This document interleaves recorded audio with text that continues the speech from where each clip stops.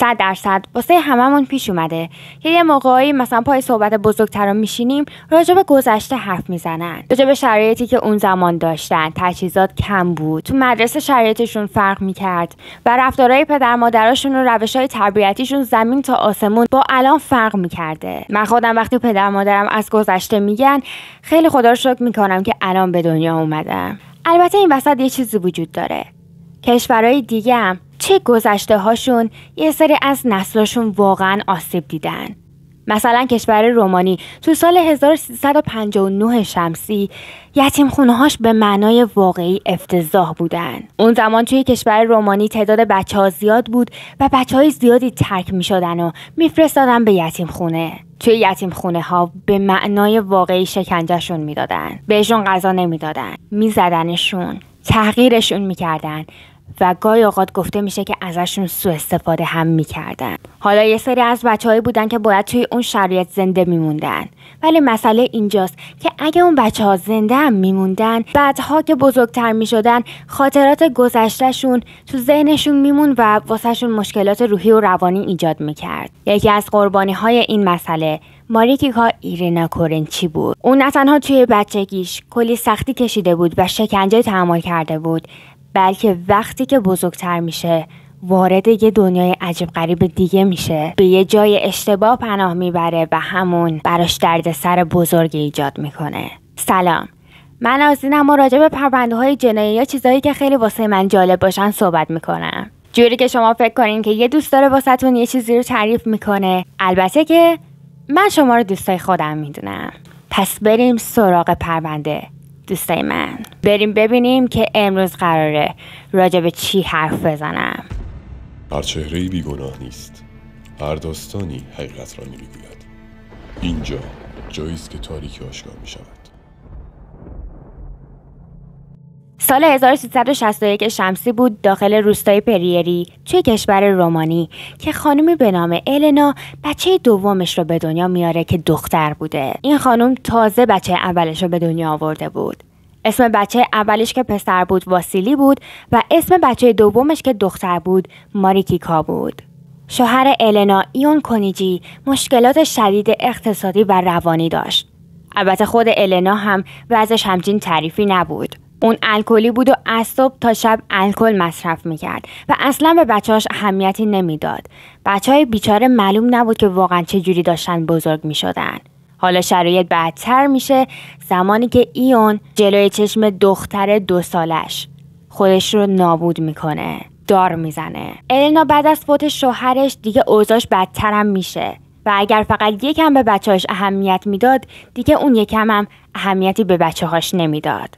صبح که بلند میشد مشروبات الکلی مصرف میکرد، مست میکرد، میخوابید و هی این روند توی زندگیش تکرار میشد. حتما با خودتون میگین که خب وقتی این بشر صلاحیت به دنیا آوردن بچه نداشته، وقتی نمیتونسته از بچه‌هاش مراقبت بکنه، چرا اصلا اونا رو به دنیا آورده بوده؟ چرا 2 تا بچه آورده بوده؟ علتش اینه که اون زمان یه دیکتاتوری به نام نیکولا چاوشسکو به رومانی حکومت میکرده و این بشر واقعا دیوونه بود. اون سخت جنین و تمام روش‌های پیشگیری از بارداری رو ممنوع کرده بود. هدفش این بود که باعث بشه که جمعیت افزایش پیدا بکنه با وجود شرایط بد اقتصادی کشورش. بچه‌هایی که به دنیا می اومدن خیلیاشون، بیشتریاشون توی خانواده‌های فقیر به دنیا می اومدن و به خاطر گرسنگی فوت می شدن. این دیکتاتور سقط جنین رو ممنوع کرده بود ولی به این فکر نکرده بود که چقدر شرایط اقتصادی ناجوره و این بچه‌ها ممکنه به خاطر همین قضیه، به خاطر اینکه غذا نداشتن، تجهیزاتی نداشتن، بمیرن. خیلی از خانم‌ها اون زمان تصمیم می‌گرفتن که سقط‌های غیرقانونی انجام بدن، اما حدوداً 90% به خاطر همین سقط‌های غیرقانونی می‌مردن. کلاً تو اون سالایی که این دیکتاتور حکومت می‌کرده خیلی از خانم‌ها کشته شده بودن، خیلی از خانم‌ها و بچه‌ها.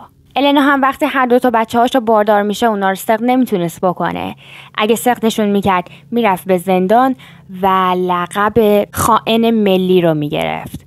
بله، هر کی که سقط جنین انجام میداد زندان میرفت و لقب میگرفت، یه لقب بد.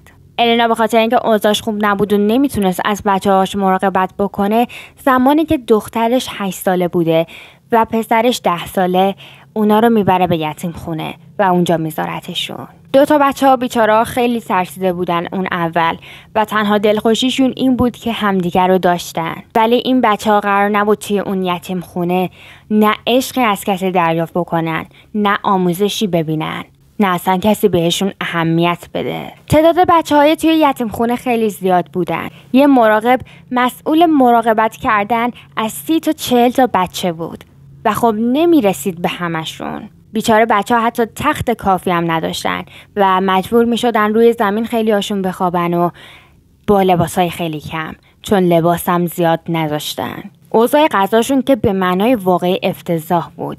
بهشون سوپای رقیق بدمزه میدادن. در بهترین حالت سیب زمینی پخته میگرفتن. همه بچه‌ها مشکل کمخونی داشتن، مشکل سوء تغذیه داشتن و خیلی هاشون اصلا به خاطر همین قضیه ها یهو قش میکردن و میمردن. اونا بچه بودن ولی جوری باهاشون رفتار میشد که انگار که مثلا یه جرم خیلی بزرگ انجام داده بودن. مثلا وقتی که شیطنت میکردن از روی بچگیشون با همدیگه بازی میکردن، تنبیه های خیلی بدی میشدن. مراقبا اونا رو میبردن توی یه جای تاریک، توی یه اتاق تاریک، میبستنشون به تخت و میزدنشون که دیگه دوباره تکرار نکنن اون شیطنت ها را. بعدم توی اتاق ولشون میکردن، میذاشتن توی تاریکی بمونن بچه ها تا بلکه ادب بشن. گفته میشه مراقبا یه موقعی از بچه ها سوء استفاده جنسی هم میکردن. فکر کنین ماریکیکا و برادرش توی همچین شرایطی باید زنده میموندن، هرچند اونا واقعا خیلی قوی بودن. ماریکیکا که داشت توی اون شرایط بزرگ میشد خیلی عصبی و خشن بود از همون بچگیش. به این فکر میکرد که اگه بخواد زنده بمونه تنها راهش اینه که خوب باید بلد باشه بقیه رو بزنه. برای همین هیچ کدوم از بچهای اونجا نمیتونستن بهش حرفی بزنن. اگه حرفی بهش میزدن از طرف اون کتک میخوردن. ولی خب با وجود اینکه خیلی بچه عصبی بود، اونجا میتونه واسه خودش یه دوستم پیدا بکنه. با دختری به نام آنجل دوست میشه اونجا که همسن و سال خودش بوده و توی همون یتیم خونه هم خوب داشته زندگی میکرد و شرایط سختی داشته. ماریکیکا رابطش با برادرش عالی بود، ولی وقتی که دوست پیدا میکنه بیشتر با دوستش وقت میگذرون، بیشتر با آنجل بود. ماریکیکا و آنجل دوستیشون با همدیگه یک کم عجیب غریب بود. مثلا ماریکیکا هر موقع که عصبی میشد میرفت سمت آنجل و اونو میزد. کتکش میزد در حد مرگ و بازم با همدیگه دوست میموندن. انگار که آنجل عادت کرده بود کیسه بوکس ماریکیکا بشه. من تا حالا همچین مدل دوستی ندیدم و نمیدونم که اصلا چجوری با همدیگه دوست بودن. شاید از اون دسته از دوستی هست که تو شرایطهای خیلی وحشتناک و سخت به وجود میاد. اونا بچه‌هایی بودن که خیلی آسیب دیده بودن و خب آرزوشون این بود که از اون یتیم خونه برن، به خاطر اینکه فوق‌العاده اذیتشون میکردن. توی اون شرایط خیلی سخت ماریکیکا از خودش یه سری از علائم نشون میداد. بذارین براتون توضیح بدم. مثلا به دوستش آنجل میگفتش که هر موقع که میخواد بخوابه قبل خواب پدرش صداش میزنه و باهاش صحبت میکنه. پدرش وقتی اون 2 سالش بود مرده بود و اصلا اون صدای پدرشو قانونا یادش نبوده، اما میگفتش که همش پدرش سعی داشته که باهاش ارتباط بگیره و باهاش صحبت کنه، چون همش صدا میشنوه، صدای پدرش مطمئنه. آنجل به این قضیه اهمیت نمیده که چقدر مهمه که اون داشته این حرفا میزده. این اصلا عادی نبود که اون داشت راجع به صدای پدرش حرف میزد و همون موقعی که ماریکیکا بچه بوده این قضیه باید پیگیری میشده، چون بعدها که بزرگتر میشه علائم بدش بیشتر میشن، علائم بد روحی روانیش بیشتر میشن. اون روح و روانش مشکل داشته. ماریکیکا 16-17 ساله میشه و اون زمانی بود که برادرش یتیم خونه رو ترک میکنه و پناه میبره به یه خانواده‌ای که از اون قرار بوده که مراقبت بکنن. اون خانواده به برادرش جا و مکان داده بودن که واسهشون یه سری از کارهای خونه رو هم در ازاش بخواد انجام بده و بهشون کمک کنه. با رفتن برادرش از یتیم خونه اون حسابی تنها شده بود تا اینکه خودش هم به سن قانونی میرسه و یتیم خونه رو ترک میکنه. اولش میره پیش خانواده‌ای که از برادرش مراقبت میکردن. اون خانواده قبول میکنن که ماریکیکا هم اونجا بمونه و از بچه‌هاشون بخواد مراقبت بکنه و یه سری از کارهای نظافتی داخل خونه رو بخواد انجام بده. یه مدت که پیش اونا میمونه، معلوم نیست چرا، ولی تصمیم میگیره که بخواد پرستار یه خانواده دیگه بشه. پرستار بچه هاشون بشه. با خانواده جدید حتی میره به آلمان و به مدت 2 سال توی آلمان زندگی میکنه. وقتی که آلمان رفته بود عاشق اونجا شده بود و به این داشت فکر میکرد که چقدر خوب میشه که تا همیشه بخواد اونجا زندگی بکنه. ماریکیکا دختر خیلی مهربونی هم بود. تو تمام اون مدتی که یتیم خونه رو ترک کرده بود به فکر دوستش آنجل هم بود که اون داره چی کار میکنه، یتیم خونه رو ترک کرده، ترک نکرده، الان اوضاعش چجوریه. به فکر دوستش هم بود.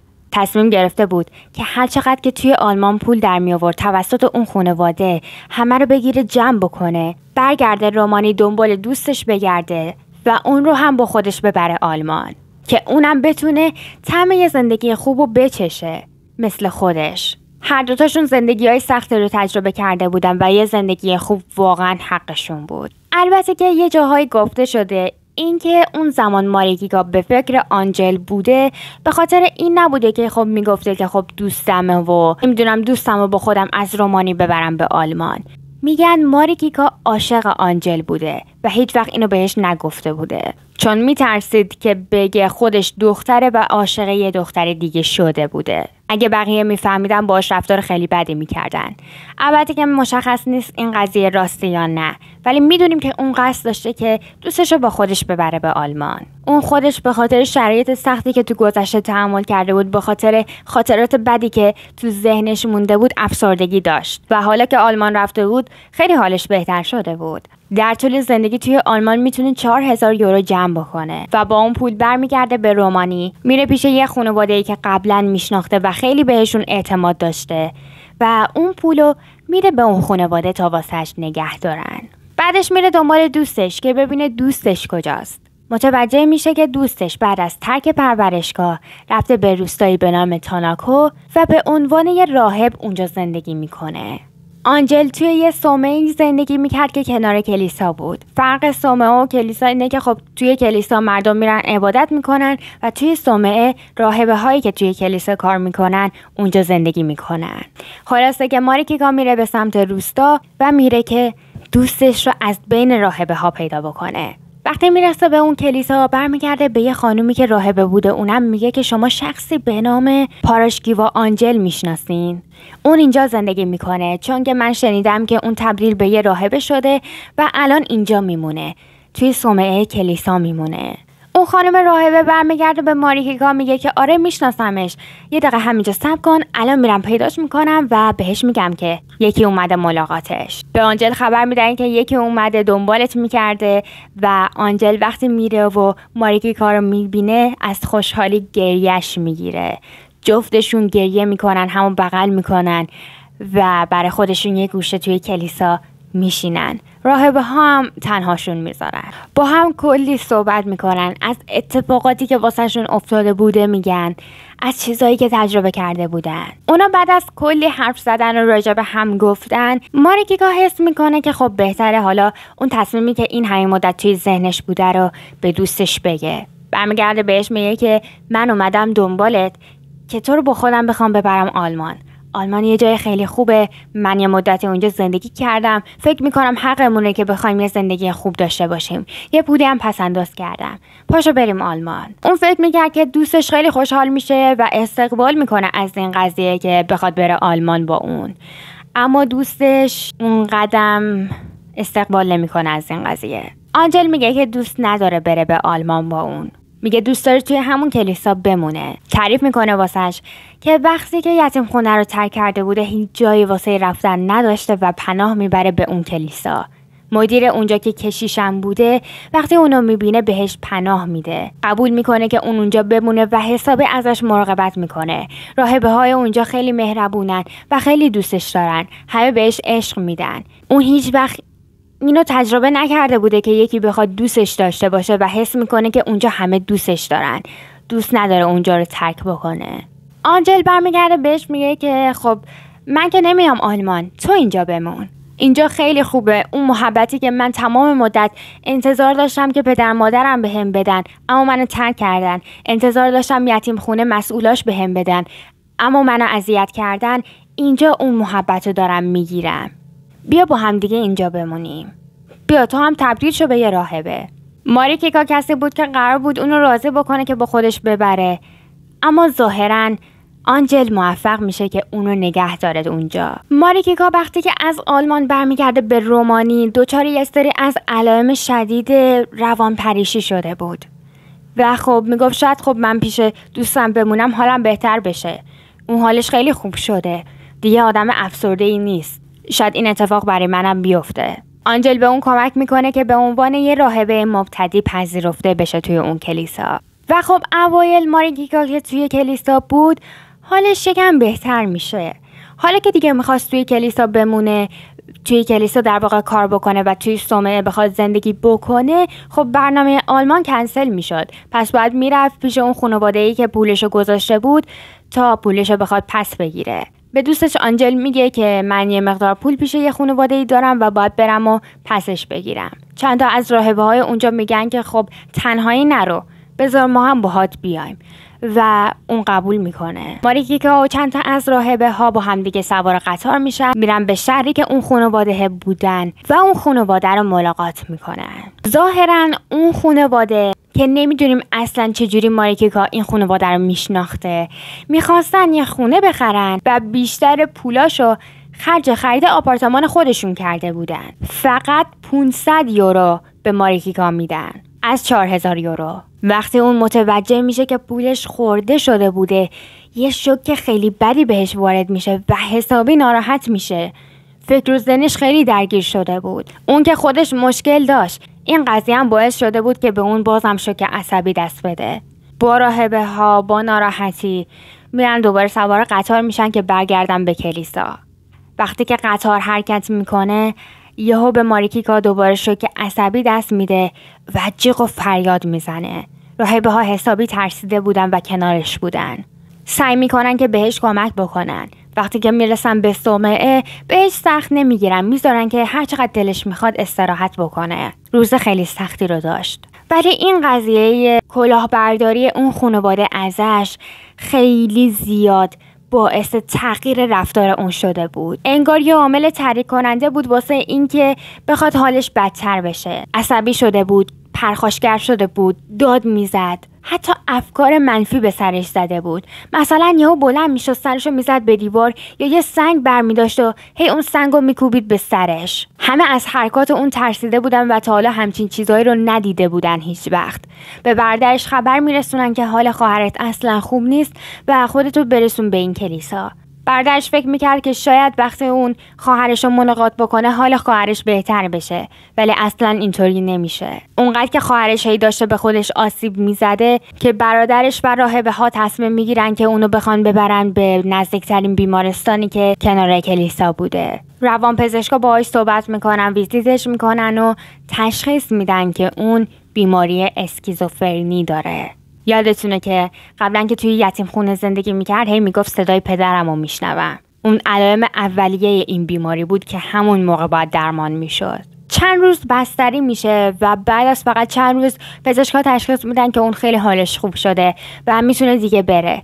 یه چند تا دارو واسش مینویسن که اگر اونا رو بخواد مصرف بکنه حالش خیلی خوب میمونه. البته که اطرافیای ماریکیکا میگفتن نه این درست نیست، چون ما اصلا نمیبینیم که حالش بهتر شده باشه، بذارین یکم بیشتر بمونه. ولی خب پزشکا اهمیتی نمیدن. به هر حال اونو برمیگردونن به صومعه. راهبه ها هر کدوم به هر روشی که به ذهنشون میرسید سعی میکردن که حال اون دختر رو خوب بکنن. البته که کشیش اونجا دانیل پترو اعتقاد داشت که این دختر بیماری اسکیزوفرنی نداشته، بلکه اون فقط تسخیر شده بوده.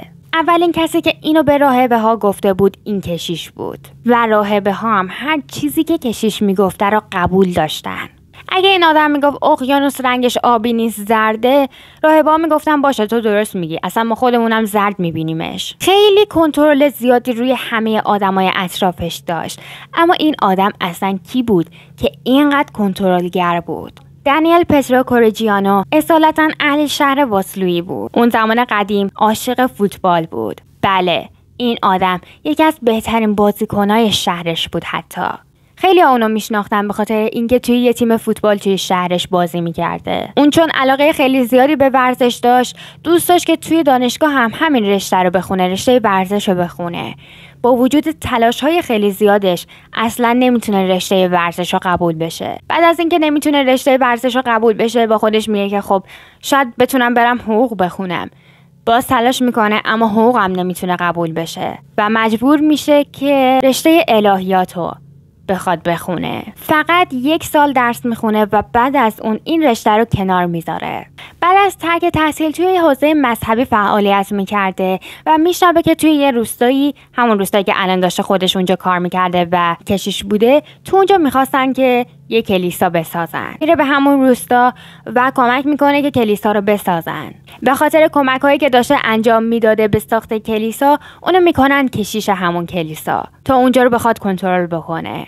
جالب اینه که میگن کسی که میخواد کشیش یک کلیسا بشه باید مقام رسمی داشته باشه و تحصیل کرده باشه. اون هیچ کدومو نداشت. اصلا صلاحیت این که بخواد کشیش بشه رو نداشت. حالا همچین آدمی که هیچ چیزی نمیدونست تشخیص داده بود که ماریکیکا تسخیر شده است و علت رفتارهای عجیب غریبش هم همینه. همه باید قبول بکنن اون بیماری روحی و روانی نداره. راهبه ها هم میگفتن چشم، بله حتما شما راست میگین. کشیش به راهبه ها میگه که خب اول بسم الله نمیایم مراسم جنگیری رو شروع نمی کنیم. اول اونو مینشونیم توی یه گوشه از کلیسا و بعد اون باید اعتراف بکنه به گناهایی که تا الان انجام داده بوده. اون موقع است که نگاه میکنیم ببینیم شاید این کار باعث بشه که روحش یکم پاکتر بشه. خلاصه ماریکیکا رو مینشونن یه گوشه و به زور ازش حرف میکشن. حال ماریکیکا اصلا خوب نمیشه. اون هی حالش داشت بدتر میشد. مثلا یهو بلند میشد میرفت وسط کلیسا و خنده های عجیب غریب میکرد. باعث ترس بقیه شده بود.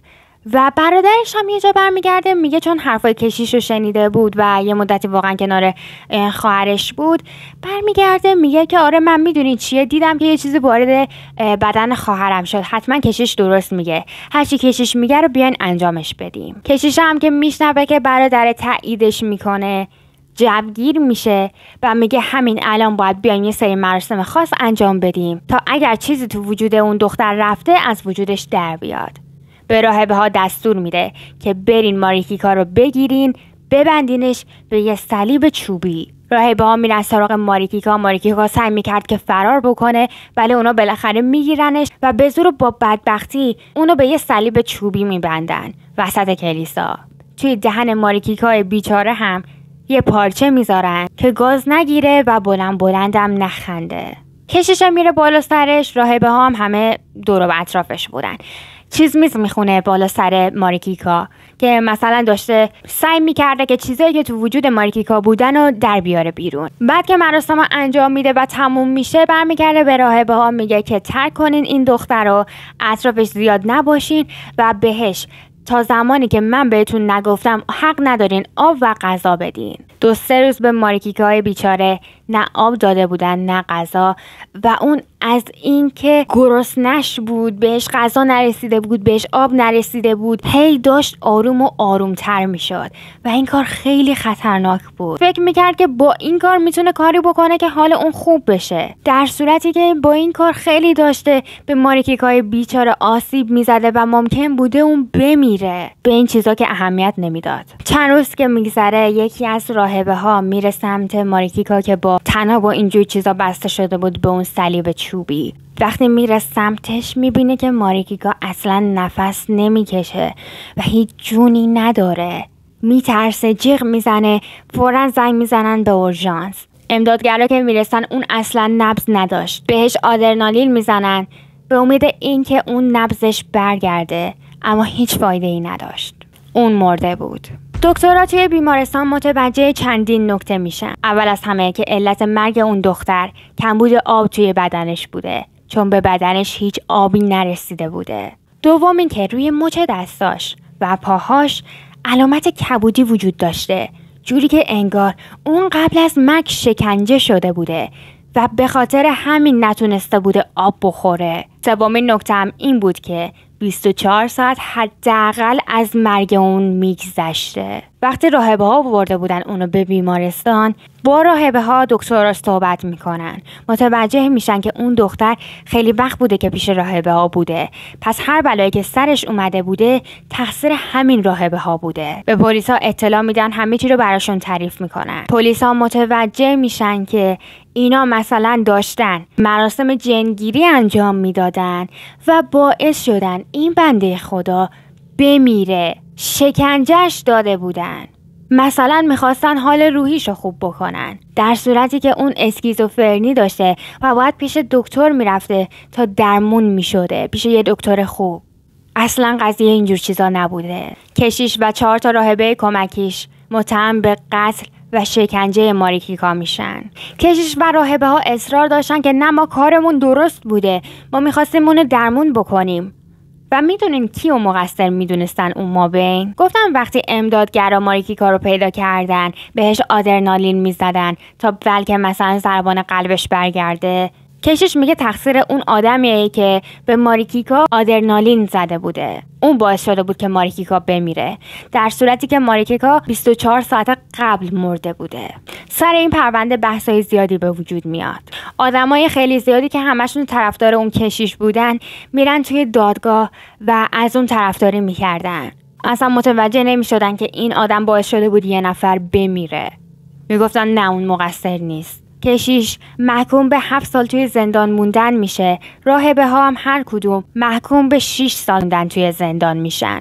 البته که همشون زودتر از زندان آزاد میشن. کشیش خلع لباس میشه و از کلیسایی هم که کار میکرده پرتش میکنن بیرون. آنجل که دوست ماریکیکا بوده اصلا از صحنه محو میشه. همینطور برادر ماریکیکا. هر دوتاشون مقصر بودن توی مرگ اون دختر.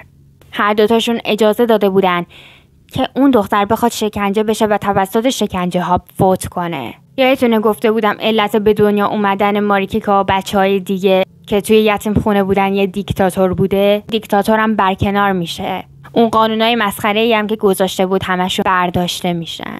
واقعا امیدوارم که هرچی آدم نادون توی دنیا وجود داره همشون عاقل بشن. دلم نمیخواد بگم نابود بشن، امیدوارم عاقل بشن فقط و اینقدر دور اطرافیاشون رو اذیت نکنن، این مدلی هم باعث مرگ کسی نشن. این بوده از پرونده امروز. مرسی که تا پایان ویدیو همراه من بودین. ممنون میشم که ویدیومو لایک بکنین، ساب بکنین تا بلکه ازم حمایت بکنین، همینطور برای من کامنت بذارین. مرسی از همتون. به احتمال خیلی خیلی خیلی زیاد این هفته جمعه هم یه ویدیو طولانی میذارم. این هفته بیشتر همو میبینیم. تا ویدیوی بعدی، خداحافظ.